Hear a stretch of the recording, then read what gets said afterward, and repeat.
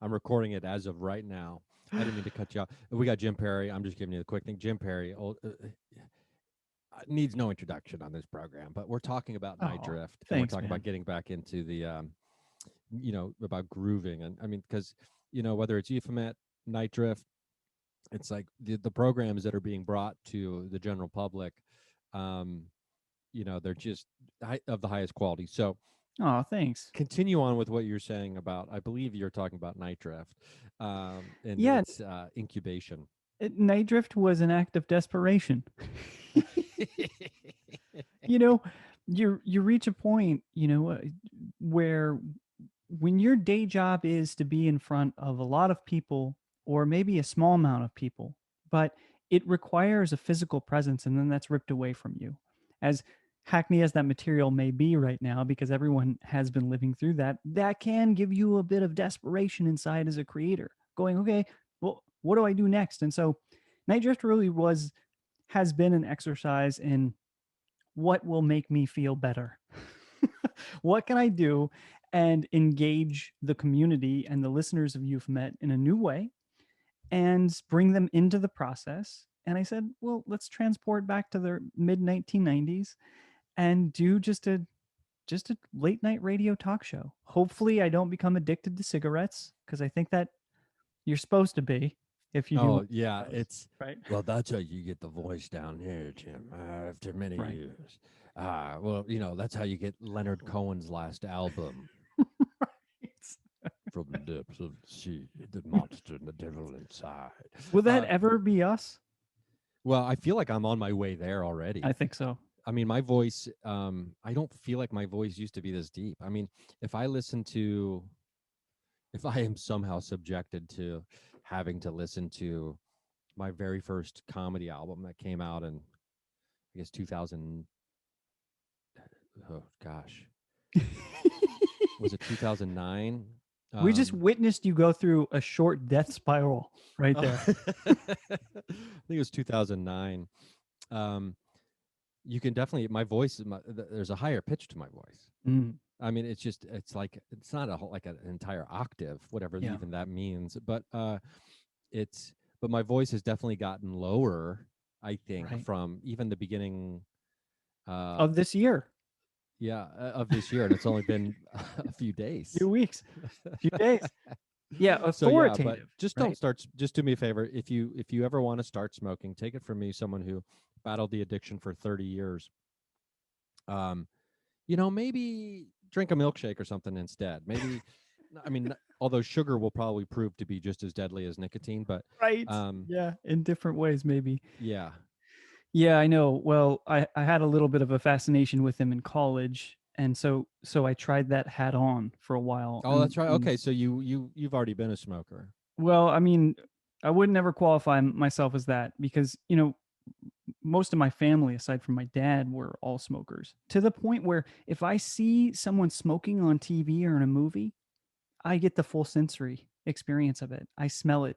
I taste it immediately just from seeing it on the These screen. tobacco companies. I mean, when you want to talk about somebody knocking it out of the park, when it came to penetrating every aspect of our lives with their marketing Yeah. and the beauty of capitalism, Right. they knocked it out of the park. I mean, Yeah. I don't know if any industry has done such a, and I'm using this word liberally, such a beautiful job to accomplish their means, as the tobacco industry. And when you look at the fact that at the heart of it, they are selling a drug that poisons people and Right. kills people, all built on lies, Yeah. and none of them are in prison Right. for mass murder. It's Yeah. it's like, that is to me the American dream, encapsulated. Oh, can we hold 1 second, please? Yeah, of course. Okay, sorry. I got AT&T calling me because we've got Yeah. a crossover, a changeover happening. Okay. Welcome. So sorry about that. I'm transferring over the internet service. My roommate's on the phone with AT&T. They call me to talk to him on my phone while he's on his phone talking to them. Oh my So it was sorry about that. I didn't know that was going to happen right now. So I don't even remember what we were talking about. That was just such a weird I don't know crossing of either. the streams thing. We were talking about night drift and yeah, you like and the mass murdering tobacco industry, and I Right. just couldn't help myself but getting that dig in at them one more time. But the idea of this like mid '90s radio show, right, and the doing something that is at least from self perceived as selfish during pandemic, to me that's such a better way to go about creating something Mm, than what can I create that is going to fill my coffers hmm, with coins, right? mm, So, and I think so often the things that we do out of selfishness, which I think in this case would be synonymous with love, mm, enjoyment, yeah. uh, that's like essentially, I think that's where, as creators, we need to come from anyway, uh, Right. to at least be sustainable in Yeah. our creation. Yeah. Yeah. It has to be connected to something deeper, I think, right? For it to really resonate. I mean, we've all been involved in those projects where you are asked or forced to step away from something that is so inherently you, or the hinge point of where your passion makes something happen. And that's a terrible experience. That's soul killing in that respect. And so to align with whatever your passion point is, in defiance of a greater sort of monetary goal, I think is really noble. Sometimes sometimes it's foolhardy too, especially in situations where if you're not, making something from this monetarily, maybe you won't be able to pay your rent, right? And so there's that whole angle.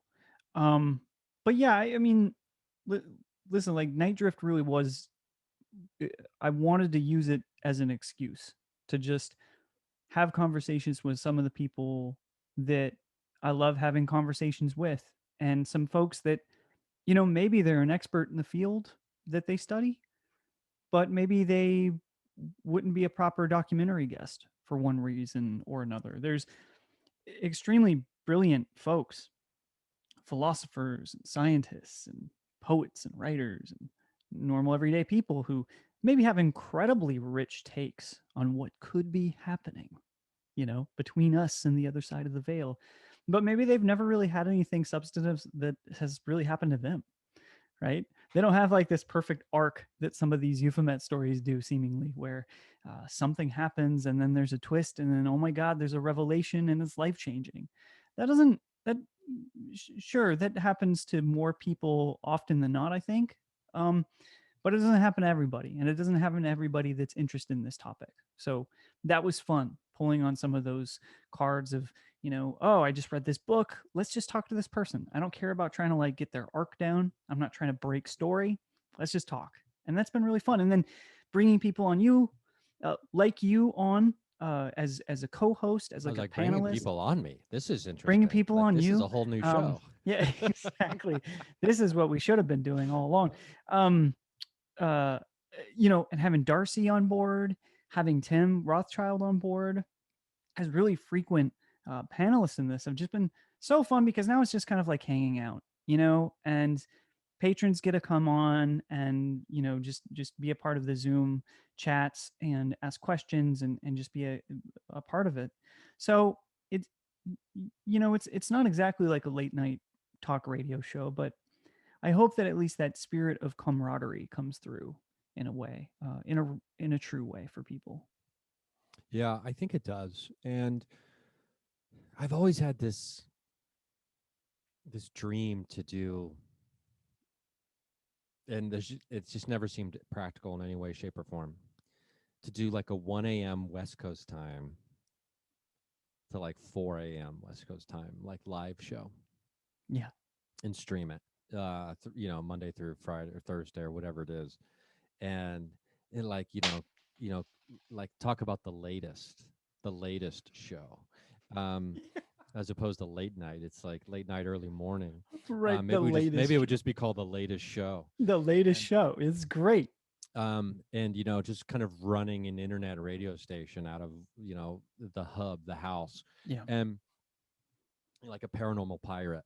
Yeah. And the idea though that there's like, just kind of like taking the work gloves off and, actually enjoying, the content and the flow wherever it might go.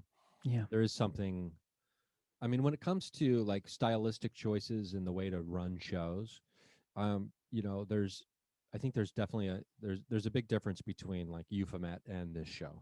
Mm-hmm. This show, normally I just hit record, and then when it's done, I hit stop, right? And just kind of see what happens. Right. But Right. um, as opposed to, crafting and showing an arc and things like that, in the, Sure. the way that Euphomet so beautifully does that.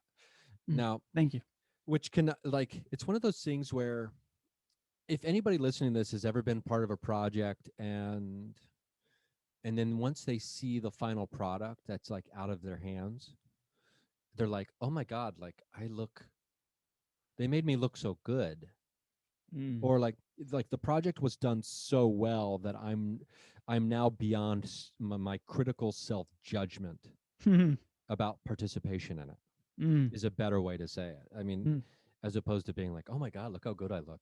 There's a big difference between that and, oh my god, I'm not judging myself as a part of this thing because of how well it was made and the skill that Right. was put into it. Mm-hmm. um that's, that's like that's a sign of a really high quality kind of project Mm. to be a part of, in my Mm-hmm. opinion. And I don't know if everyone else experiences that, whether it comes to like videos or short films or whatever that people have been a part of. When I'm taken outside of myself in those ways, that's when I feel like, oh wow, this is a really well done, you know Yeah. project. And I feel like, I don't want to speak for the guests of Euphomet, but as a guest of Euphomet, I can say that that's how I feel about it. Mm. um, Thanks, man. so yeah, and I do wonder, I mean, your journey has been, you're into a new place now, quite literally in your life. Yeah. I'm wondering, if there's any correlation between that and where you might be headed otherwise, Hmm. with work, and et cetera. Are you looking to plant yourself in a new realm, or are you just Hmm. trying to, you know, I guess, upgrade your current or past realm, with Right. with more stability? Well, it's interesting. I mean, I think as soon as the gates are open and, you know, we've entered into a world where travel and things like that are safe, um, I'm out of here. I'm like a dog off a leash. I'm out into the world. Um, but with that, it's always important to have your lab, right? No matter what kind of art or craft or discipline that you're pursuing, having space to really allow yourself to be vulnerable and to commit to big ideas and to experiment. That's always so important. And so right now, moving into this new to us old house, I have an opportunity now with a small studio, to recommit myself to some projects that maybe I just needed more sort of physical space to enhance that mental space that I needed to be in. I'm very off and on. I think I'll speak for a lot of people. I'm not like a content making machine.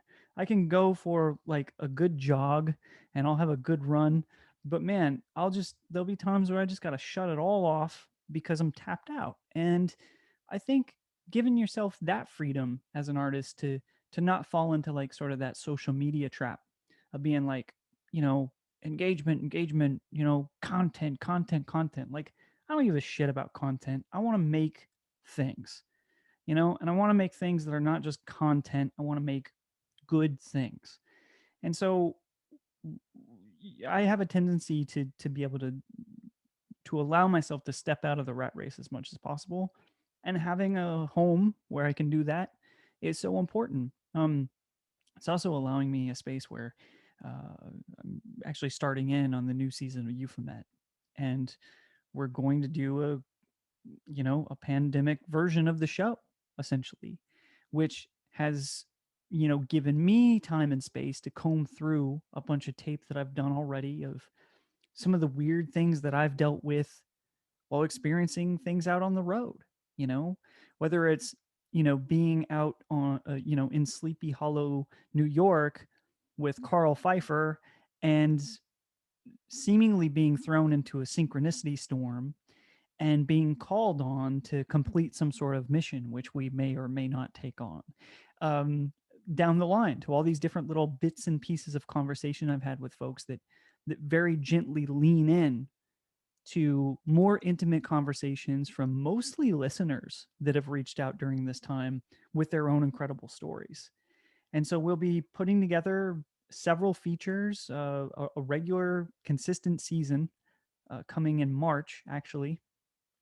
And we're gonna give it a try. It's gonna be a little bit different than before, but because I have that room and that space, as you were saying, like I feel comfortable now that I can expand in that way. And obviously on top of that, I'm spinning my wheels so much with with the greater entertainment industry that it's good to just kind of have like a nice desk and a couch that you can like aggressively throw yourself on when you've got another producer note. You just do this. So yeah, it's good, man. I feel courageous in here, and feels nice to be breaking story on a bunch of different topics that have been falling for a long time. Hmm. Welcome to Exasperation Lounge. Uh, we've got we've got throw pillows and we've got throw pillows. Uh, Pillows to throw and pillows Right. to relax upon. Right. Well, that's really cool to hear. I know people are going to be excited to hear the new stories and that are breaking from Euphomet Labs and Incorporated and and see what's going on. I know I mean, because you've been and I think some of this obviously we can't get into the details of because there are things you're working on. But when it comes to the exploration of the unknown and all the different alleyways that one can wander down and seemingly find limitless trash cans to remove the lids to see what's inside. Right. Like a bunch of raccoons. Yes, the that's a great, I think, analogy. We're a bunch of raccoons out there Yeah. Yeah. looking for paranormal trash. Right. Little Like little what can we ants. survive? Yeah, that's such a raccoons. God, they're so clever. Um, but I think they get a bad rap. But Yes. I mean, raccoons wouldn't be going through our trash if we didn't take away their land. Okay, this Right. is Yeah. here we go. Come I on. mean, the tobacco companies and human beings in general, the scourge of the earth. Right.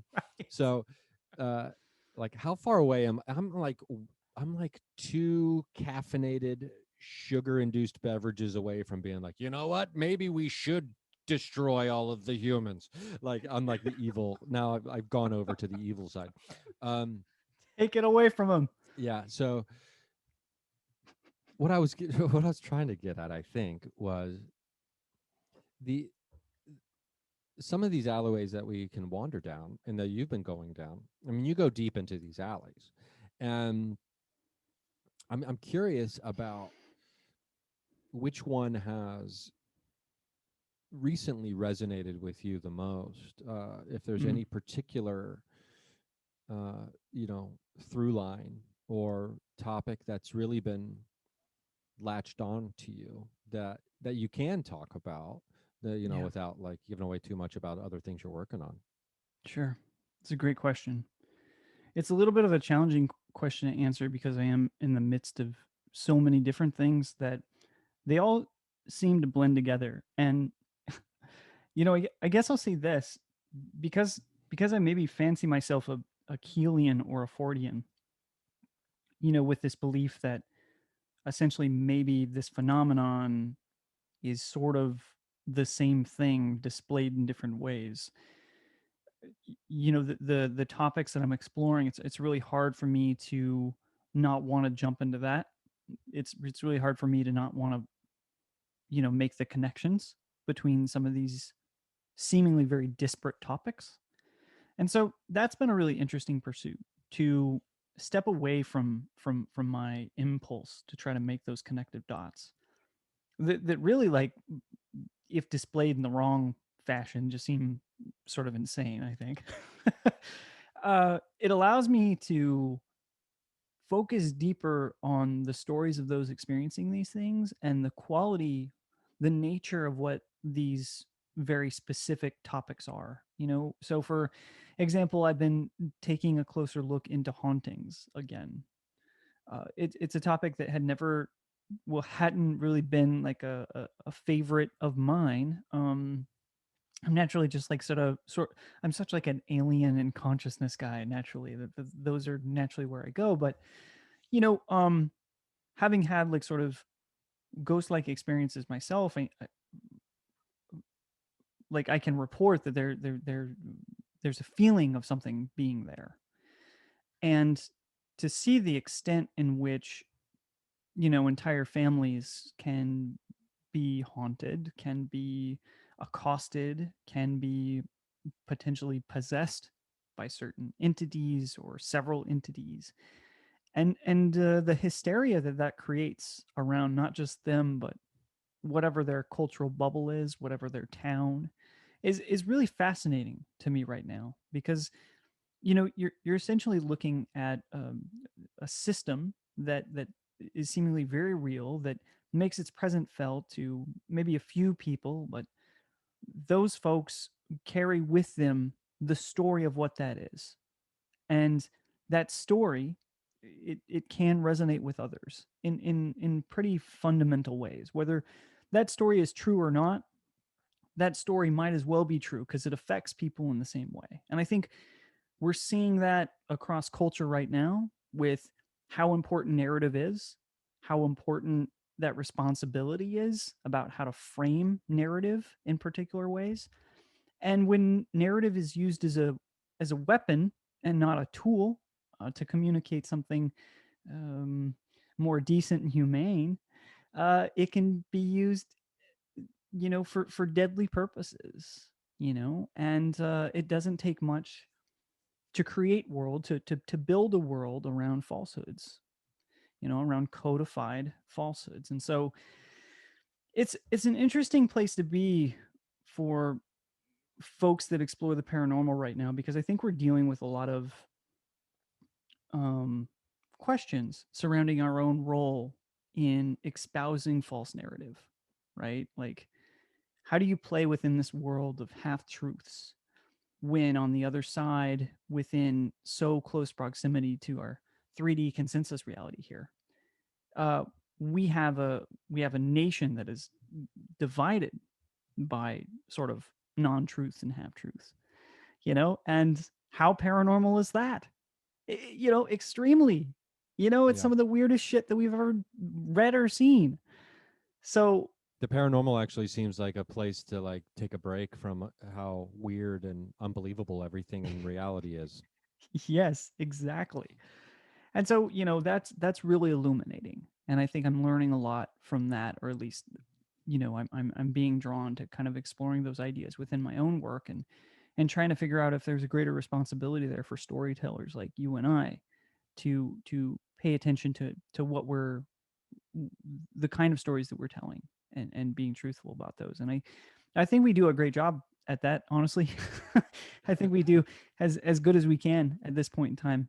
And as long as we keep those considerations intact, I think we'll be on the right side of sort of history, and moving in the right direction. And you know, and I don't say this as even, I'm not trying to be sort of political or anything else, because I don't feel like I have a dog in the fight. But I think what I'm just saying is that, obviously, story building and narrative is important within our culture.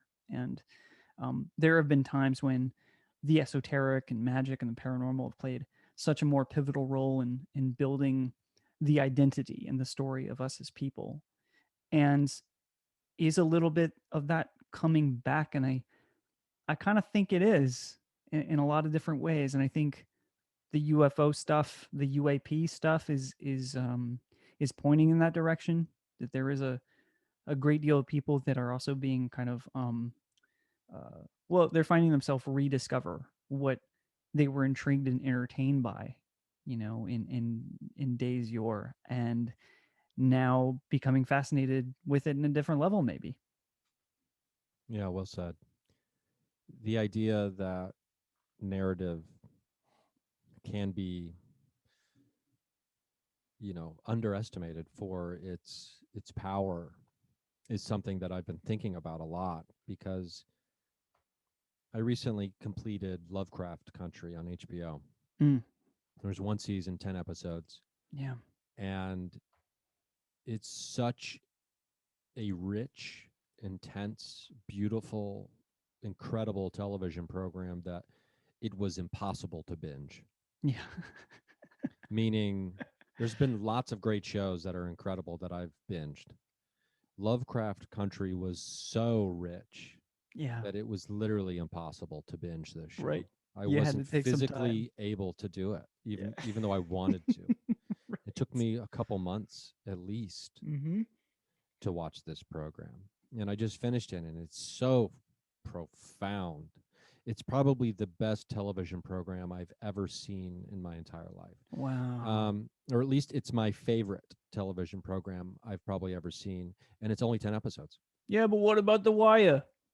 The Wire is Oh, unbelievable. I mean, when I say the best, I say my favorite as opposed to the best. I mean, yeah, I don't sure. know if there's a difference, but the stories that are being told in this program are so important, I think, Mm-hmm. and and so timely that they resonate deeply. And you said it's important about how do we display these, or how do we present these things, because they could look crazy if done the wrong way, right? And the mental image that flashed in my mind when you said that was the traditional. I think everyone's got this imagery in their mind of someone trying to figure out the mystery with the string tied to pins with pictures, like on a cork board. Right, But right, done right. the wrong way, instead of yarn, that's like human hair, connecting different pieces of, like, really just dark shit. Right. So, Yeah. like, the subtlest difference can change an image from dark to light, Yeah. potentially, right? Yeah. And in the presentation of such a thing, I'm curious if the reflection of your journey isn't something that's just going on inside. Hmm. Yeah, it's possible. Um, I think you go through a process, or some people go through a process. Let me step back. I'm going through a process. There we go, Jim. There we go.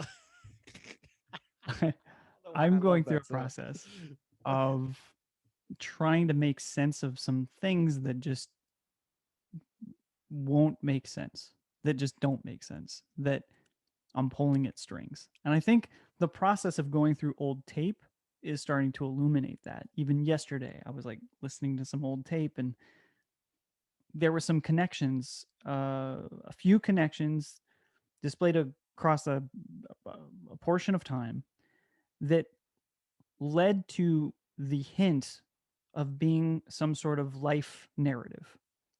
And these connections just turn into abstract wonder. They end. They're dead end seemingly for right now. And when people find themselves on that journey, and like myself, ask for insight from folks that I think maybe has a maybe more direct resource, or tapped in a little bit to kind of how to, I don't know, close those loopholes in that story, and a way to make sense with them. I'll ask Tim, my non-dual Kabbalistic shamanic healer friend. I asked a prominent witch. I asked, hey, how do I how do I close the doors on these narratives, or what do they mean? And they respond with, things like, well, they might mean nothing, you know? Um, so as a storyteller, those bits are really frustrating to me because I think from my perspective, I am trying to find context and reason with all of this so that I can just communicate it. It doesn't really have to make sense per se. It doesn't have to even resonate to me personally, but I want to find something there because I don't know. I think the optimist in me does believe that things sort of can happen for a reason. And when they don't, and when there really is no meaning or metaphor or context or something I can reference back that says, oh, maybe it means this, instead of just is a dead end, it's a challenging place to be, I think. And you kind of have to be okay with it. And, I'm not like a big, finding evidence for every anecdotal claim that's out there. I don't know if it exists. I'm not a big like we're going to find the answer to what all this means and we're going to discover an alien body or Sasquatch or whatever else. But um I do appreciate those moments when those synchronicities or those signs or those sporadic events that seem to tie together uh, give you some other bit of information that helps you find a little bit of closure or learn something from it.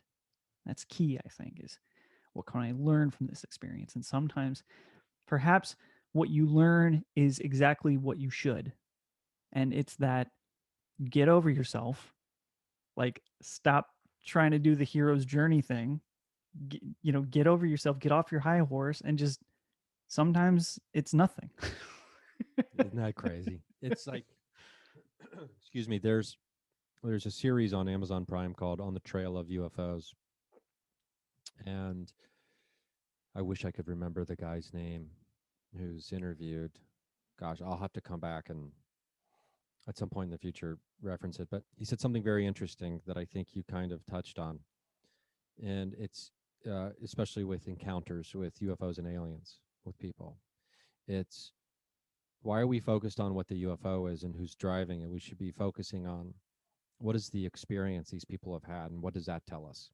Mm, What is, what are we learning from what these people now feel, yeah, or or the change that's happened in these people, or the fear or the love, or anything that we are taking from listening to the person and telling us about their direct experience with yeah. the phenomena. Mm-hmm. That's the evidence that should be focused on, as opposed to the nuts and bolts of the thing. Right. Yeah. And yeah, so I mean, I think it's because for me it sounds like this journey you're on, it seems like you're trying to ground the paranormal and the phenomenon, the unknown for people. And when you say that, you're not out to find the body of an alien or a Sasquatch, or you're not trying to find the evidence for every anecdotal thing that's ever been told. It seems like you're not trying to prove that this stuff is real. You're trying to ground it in a way where people can consider that it's real, uh, across the board, not just people who Yeah. are already into it. Does that Yeah. seem kind of Yeah. like that grooves with you a little bit? It does. I want people to be able to embrace that wonder because with that comes joy and curiosity, right? Like, Yes. I want people to Yes. stay curious. I want people to stay engaged. I want them to feel that, laying there in their bed in the middle of the night and they can't sleep because some fucking tax bill is coming up. I want them to be able to go like, oh yeah, but like, yeah, remember that time earlier today where I thought I saw a fairy, and maybe what if that was, maybe I should go look, for more or something. I want them to be able to just live in that space where more things are possible. And with that, I think that expands our ability as human beings to be more empathetic and to be more curious about the nature of our humanity, right? We learn a lot about our own humanity through the lens of these unusual experiences, uh, both that we experience ourselves and through the eyes of others. And that's important, you know, I think that's still the main goal of Euphomet is at the end of the day, I want to help tell these stories, help others tell their stories so others can find a bit of them in these individuals that are just voices to them. And with that, like folks can feel not as alone. Folks can feel that they're not going crazy, that uh, crazy stuff certainly happens, and it happens to most people. And you're not crazy for experiencing something that seems crazy. So that's the goal. Is I want people to be able to uh, learn a little bit more about themselves and what's possible or what could be possible with this life we're in. Yeah. I think it's a beautiful concept to consider the change that is affected in people and in groups of people due to these experiences. And like you said, like, what effect is it having on humanity, right? Is it Yeah. building empathy? And I'm glad we're having this conversation today because it's really resonating with me that the details of the thing that caused change are in many ways meaningless. Hmm. Now, that's not to say that there's not value to them, Yeah. but it's what change is affected, Right. and what is it, what's occurring with inside the individual in their consciousness and their being is truly what is fascinating. And the change that's been affected in me because of my experiences, the changes that have been affected in you and everyone else. And it goes back to the very beginning of this conversation. We were talking about being creators and story and building story and narratives. The most beautiful part about being alive right now is realizing that everything we see around us is a story we've told ourselves, Hmm. and that our ancient ancestors told us, whether they told us directly or not. you know uh Right. and then it's all those who came before us created this world, and our reality is built on story. And the more stories that are told of the unbelievable being real, the more the unbelievable is real. Yeah. Exactly. So even though Yeah. it might feel like we're treading water here, I think we can look around at the explosion of paranormal podcasting, of interest in the paranormal, and it's not a contest, right? Right. People are like, I want Right. my podcast to have more listens than, I want it to be the most popular. Or, I want my paranormal TV show to be the most popular. And it's like, Right. well, what are we doing here? Yeah. Are we are essentially, and not to make too big of a deal of it, but we're rewriting the story of existence about what is possible in this world for future generations. Yeah. Wow. And this will become part of reality, right? Where it seems so fringy and on the outskirts now, but it won't be in the future because so many other people are joining in, have been called to do it. And in that way, it's not a competition, it's a support system. Yeah. Right. Do you feel like the sense of community with anyone else that is on a path of discovery, do you feel like the sense of community is growing stronger? Do you feel like it's fracturing? Where do you stand on that right now? Like, do you have a Hmm. sense of how you feel? Interesting.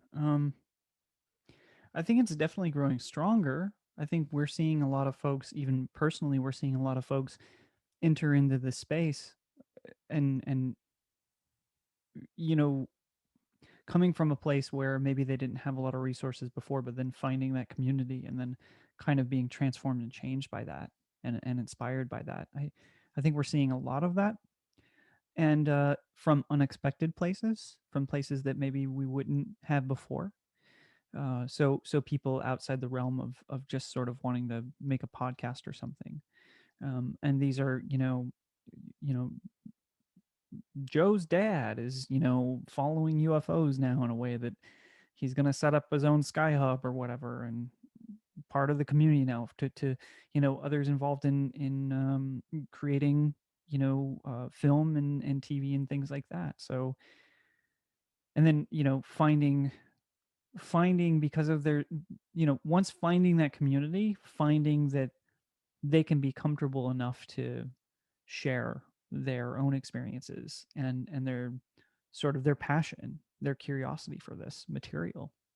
So I think that's pretty profound. But I do think there's a risk of the community becoming very fractured, and I think it has always been that way, and I think it probably always will be a little fractured because, I think anytime you have a situation where there are so many, unknowns and so many individuals that are hell bent on trying to find the truth of something, there's going to be conflict, right? Yeah, that's It's going to I be, mean, that's for damn sure. I mean, yeah, especially when different people say, or at least really truly believe in their heart that they found the truth, and now right, it's time to share it. right, right. Yeah, and that to me is a scary thing too, just personally. Like I think anytime I feel sort of uncomfortable exploring these topics is when it's sort of through the lens of an individual who believes they have it all figured out. Because I don't know if that's possible, and maybe that's just on me, and I need to work through that. Uh, You that's just probably like just a reflection of me. you're inherently against definitive outcome. Yeah, yeah, Just like part of you is like nothing can ever be fully completed or yeah. I don't. known, Yeah, I don't know. I don't even know though I if it search can. for the answers to try to know everything definitively Right, and completely. right. Yeah.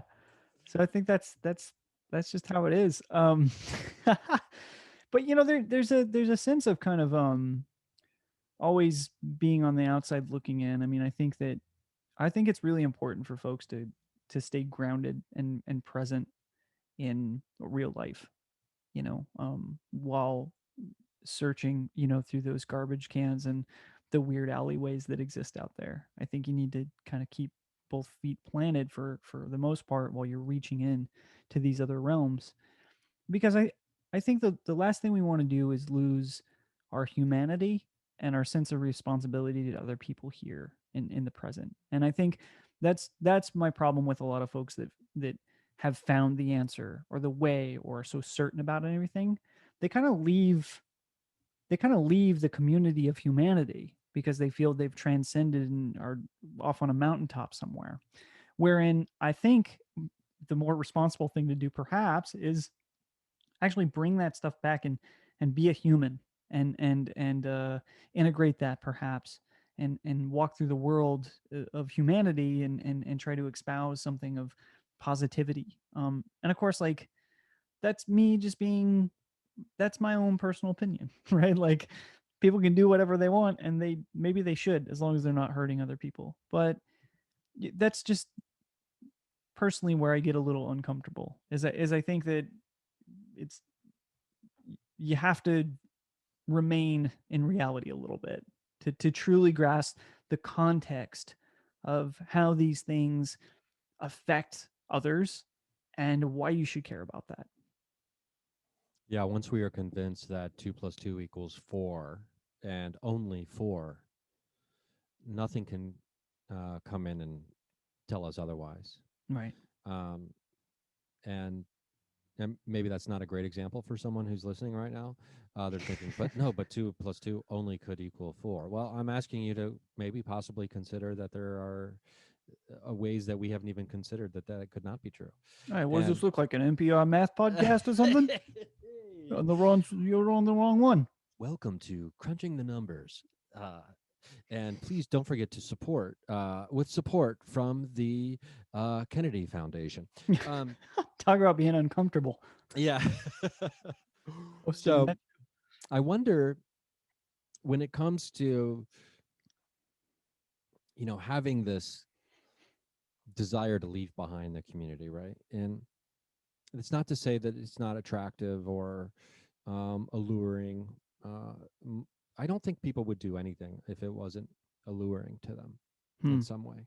And Mm-hmm. now the reasons for that allure vary greatly, whether it's from love to revenge, etc. Sure. But when it comes to trying to remember to remain and also explore, I think we can simultaneously be in both places. Mm-hmm. Now, this is the rub though, right? Like, so many people are looking for truth, so many people are looking for answers. I think that's inherent in the curiosity of researching and being fascinated by this stuff, trying to figure out what it is. Yeah. Something I'm struggling with is trying to wrap my brain around the idea that it could be simultaneously so many different things Hmm. at once, Yeah. and all of them are right and none of them are wrong. Yeah. Mm-hmm. How do we deal with that? Yeah. I need to Well, know right now, so please help me. right. Well, let me call Tim so he can say it doesn't matter. And then, Exactly, right? Isn't that like one of the most beautiful things? yeah. The the the cosmic perspective, I've heard it called Mm-hmm. recently. Mm-hmm. And I always say, I just try to, whenever something becomes too big of a deal, I try to zoom out into my lazy boy in the Milky Way galaxy and look down on Right. just how tiny and meaningless in such a beautiful way all this is. Yeah. But when it comes to being practical and living our lives day to day, how do you wrap your brain around and, deal with the idea that there is no truth because everything possibly is true? Yeah. Right. Individual truth, maybe, is a Yeah. better way of saying it. Right. Yeah. I mean, it's a great, I think it's a really pretty great perspective to maybe carry with you as a consideration in everything, right? Like, well, maybe not everything, but in the pursuit of some sort of paranormal truth, right? Is this quantifier that, hey, okay, so here's some evidence, but also here's some conflicting evidence, and maybe they're both true, or maybe there's truisms in each. And I think one of the things that some some folks that ask me about certain situations they have with maybe a psychic who they feel is maybe not on the up and up, right? And that maybe share some items that are both uh, poignant, yet some others that could maybe be falsified or inherited information. you know the thing is with situations like that, mostly you have to just be okay with knowing that maybe maybe both things are true. Maybe that they're a little bit of a charlatan, and maybe they're a little bit skilled as well, and they actually pulled stuff from some other dimension, or some loved one or relative. So I think often the phenomenon is never cut and dry. It's never going to give you black and white in the way that so many people want. And I think its natural place seems to be somewhere in the middle. Hmm. And in the middle, both true and false can be true at the same time.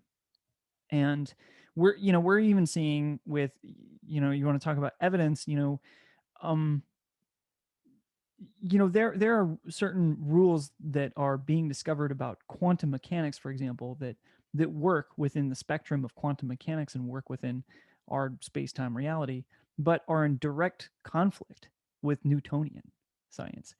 And so we have scientists in billion-dollar labs that are smacking their head against the wall because they have these different forms of science that contradict each other, but they both work. And so at, at the academic level, these same questions that you just posed are confusing people, and they're spending all the money in the world on trying to figure out what that could mean, that question that you asked. And I think what they're discovering is that yes, both things can be true and both things can be false. Yeah. And it's funny how these questions are happening simultaneously across different fields. And yes, I'm comparing what we're doing as a field in direct comparison to quantum physics labs that are billion-dollar built. I don't believe that there's any less value to the explorations that we do here. Um, uh, it makes me, and I'm hesitant, yet I am full on, which I guess is probably appropriate in this for this situation, wanting to embrace the trickster here Mm. as, I don't want to say a model of living or as a god to be worshipped or anything like that, but all of this rings so deeply about this archetype and about this character and about this entity known as the trickster.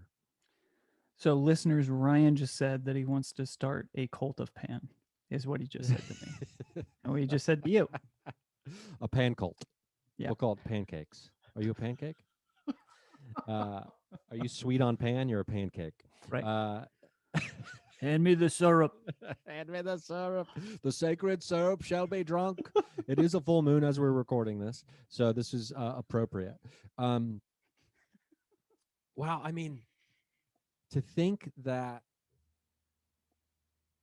and we live in such, and I was born and raised in the United States of America and modern society or current society, which won't be considered very modern 500 years from now, but everything has an answer. Every equation has a solution, or it's not valid, or it is theoretical. Um, Everything can be defined. There's a dictionary that tells us what words mean, and they Yeah. do not mean anything other than what they are defined as in the dictionary, which is so funny because then 20 years from now you look at the dictionary and the definition has changed. and Right. and so we embody this hypocrisy in everything that we do on a daily basis, and we don't want to confront that for some strange reason. I don't know why. We feel like it makes us feel more safe, even though we are limiting ourselves in our embracing of the, I guess, the flexibility of what reality really is. Yeah. Right. Yeah. The flexibility. That's a great way to put it. I mean, we're moving through space and time seemingly in relationship with with our surroundings, with our reality. Right. I think that maybe there's a communication going on there. Maybe there's a even a co-creation process that's happening where you know just like how we can define and shape narrative, that narrative is empowering our reality and our sense of self. And in that way, maybe that's the biggest message in all of this, is that we are predestined some sort of dominion over our sense of self and reality, and that we're players in this. We are participants in our role within whatever this strange, theoretical, multidimensional, reality in which we live. Right. I don't think we're just sort of avatars going about our life senselessly. I think that the evidence that is there, both scientifically and anecdotally, suggest that we are much more than that, and that we have a hand in shaping what our present is, what our future is, and shit, even what our past is. If retrocausality can be considered for a moment.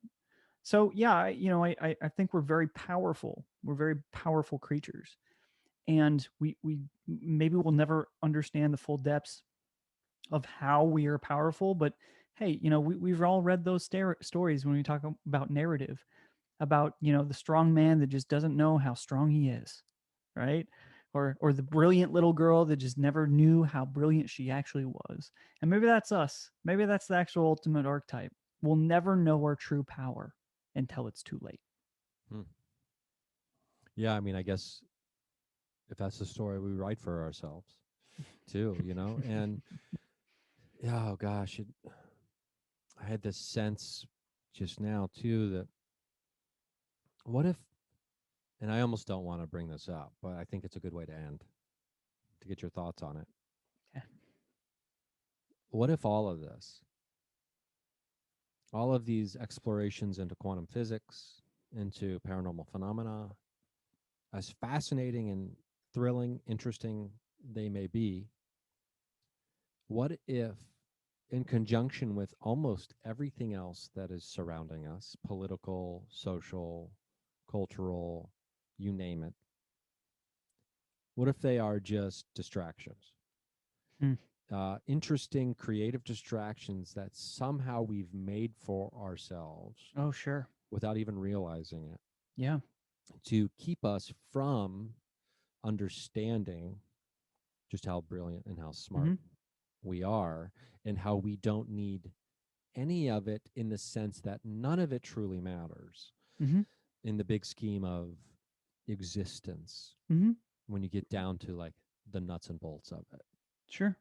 Yeah, I think that's totally the case. I mean, I think that as humans we build constructs, right? And whether that's within society and culture or whether that's politically, we love to build systems that keep people in order, right? And keep us with a shared narrative and a shared mindscape. We can look at a lot of stuff going on in this country right now as a sort of a disruption of shared narrative, right? It was much easier to manage the um, the cultural direction of the country when the majority of us only had a certain set of channels that we could watch, all sort of tuned into the same narrative, right? We all shared that space of, well, this is real because we all read it, and that's it, right? Needless to say, the voices were minimal in terms of where we got that information. So, thus creating a construct about what our narrative together was. And so, you know, if we want to look at something as simple as different political constructs, they're defined by their power of eliminating certain belief systems in lieu of creating a new system of thought or a new system of operation and order, right? So with that, maybe you're removing religion from politics to then just focus on the politics, which is the new religion, right? We don't go to church anymore. We go to CNN on Sunday mornings or whatever. Um, I think you can take this cosmically, and you can think about the ways that once Francis Bacon came to town, they eliminated spirit from science in a lot of different ways, and which historically you had spirit and science commingled together with the greatest minds of time, the greatest philosophers that we had ever encountered. um the second, what it, he was the military advisor for the queen. At some point in time, was even an occultist himself, but also the best scientific mind. So there was a time when those worked together, and then there was a time where a new construct was found that we felt better controlled what our idea of reality could be. Let's go with that one, and it just so happens now we're at this converge of a lot of different narratives trying to battle with each other about, no, my reality is real, no, my reality is real. And that's straight down the line. You can go from what's on political TV right now and just talk about that, or you could go down to the society level of, well, I lived a different life because I'm over in this other neighborhood and I've got a different skin color, and you don't know anything about that. And that's the thing about this, is that these contrasting narratives or these constructs that are built up There's truisms and all of them. And we're now discovering that as a culture that, oh my God, like, okay, yeah, maybe my reality is real, but this other reality might have some realisms in it too. It's not always the case, obviously, seemingly, but I think you're right, and a lot of people will say there has been a conspiracy against consciousness, and that there have been sort of ancient rites of passage and rituals and understandings of our ways to connect with the cosmos, or you know, ascended masters or whatever that may be on the other side of the veil. We've already discovered ways to tap into what they're offering us, you know? Um, but why don't we use any of those techniques? And maybe we do, but they're put over here in this bucket, and that's on Gaia TV, and that's if you got a yoga membership somewhere, and that's all woo, right? They like to say that word a lot, like woo, like it's something else, like it's disconnected from the rest of everything else that's going on here. The problem is that all these disrupting constructs are seemingly disconnected from each other. They're all fucking connected, man. Like that red wire going on the back of the conspiracy board connecting to crazy brutal images, that's connecting to all these sort of disparate constructs of other people's realities, and they're all interchanged. And I think once we start understanding that in a real way, that multiple things can be true at the same time, that multiple realities are there and present for us to experience and take on and try to be empathetic with, is when we'll find maybe some answers about what they mean to us, at least personally, as a human being. Hmm. Wow. Yeah. That was great. I mean, it's a good way to end, I think. You know, we're going to we're going to figure it out. And the reason I say that is because I'm choosing to write that narrative. Yeah, right. And it's inevitable that eventually we all figure out that we're in this together and there's no way around it. Right, right, So it's time to stop fussing and fighting about all the stuff that we don't even really care about. right. Yeah, Um, and embrace knowing that the beautiful, wonderful future that awaits us all in unity is so much better than all this divisive garbage anyway. how will we ever become light beings at this rate, right? Exactly. You can't be a being of light if you're traveling at the speed of sludge. Well, Jim, this has been Oh wonderful. man. Let's remind people where they can, find all the, you know, all the ones and twos Yeah, for sure. for you. Yeah, you can find everything at euphomet.com. That's EUPHOMET. You can subscribe to Night Drift, which is the bonus series, wherever you find podcasts. That's NITEDRIFT. A new season of Euphomet starts on Thursday, March 11th. All new episodes, all new stories every other week for as long as I can muster during this goddamn pandemic. And that's about it. You can find me on social. Just type out the name or whatever. And I love you, buddy. It's always Love a you too, pleasure man. coming on these So things and much talking fun. with you. So much fun. And, obviously many more to come in the future. And until then, you know, uh, drift into that night, my friend.